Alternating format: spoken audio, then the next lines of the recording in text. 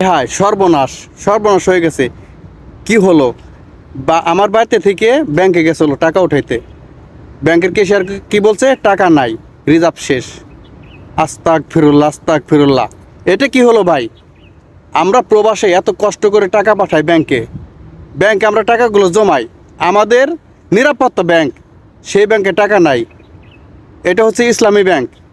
তো ভাই, আরও বিভিন্ন ব্যাংকে বিভিন্ন শাখায় বিকাশে আরও বিভিন্ন শাখায় আর কি এরকম শোনা যাচ্ছে এই পরিস্থিতি। তো ইউটিউবে বিভিন্ন সোশ্যাল মিডিয়ায় সরাসরি হচ্ছে যে তাদের টাকা নাই, জিরো হয়ে গেছে, তাদের টাকা কেটে নেওয়া হচ্ছে, তাদের স্যালারিগুলো আসছে ব্যাংকে, সেইগুলোও জিরো হয়ে যাচ্ছে। এটা কেমন কথা? বাংলাদেশে কি সরকার আছে না মরে গেছে?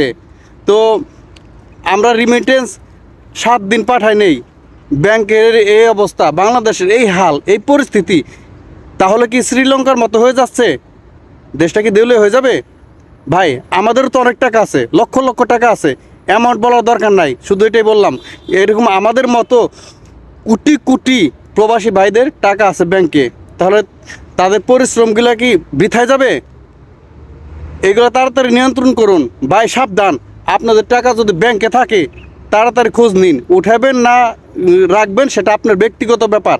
কিন্তু আমার বাড়িতে আমি বলে দিচ্ছি আমার মাকে, মা যতগুলো টাকা আছে উঠায় না রাখে দেন, কোথায় রাখবেন কাউকে বলার দরকার নাই, ফোনে আমাকেও বলার দরকার নাই। আপনার ব্যক্তিগত বিষয়, আপনার টাকা আপনি রাখবেন, আপনার হেফাজতে রাখবেন, কিন্তু আপনার কাছে রাখবেন, কিন্তু ব্যাংকে আর রাখার দরকার নাই। ব্যাংকে টাকা রাখবো না, আমি রাখবো না, আমি একটা টাকাও পাঠাবো না, আমার কাছে জমায় রাখবো আমি। তো আমাদের কষ্টের টাকা যদি এইভাবে হাওয়া হয়ে যায় তাহলে আসল ভাই কষ্ট লাগে। ভাই আপনাদেরকে বলতেছি, তাড়াতাড়ি চেক করুন ব্যাংকে টাকার কি পরিস্থিতি, আপনাদের টাকা জিরো না আছে সেটা আগে চেক করুন। আর পরে কি হবে না হবে সেটা আমি জানি না। বর্তমান বাংলাদেশের পরিস্থিতি খুবই ভয়াবহ। তোমরা কি নিউজ দেখো? নিউজে কি কি দেখো, কি ব্যাংকে মানে বাংলাদেশের পরিস্থিতি ভালো না খারাপ?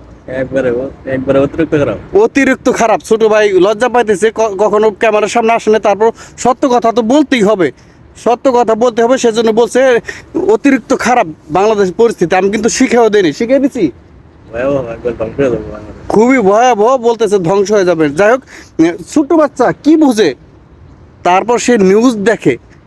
আমরা তো প্রবাসে আছি, আমরা নিউজে যেটা দেখবো সেটাই বলবো, তাই না?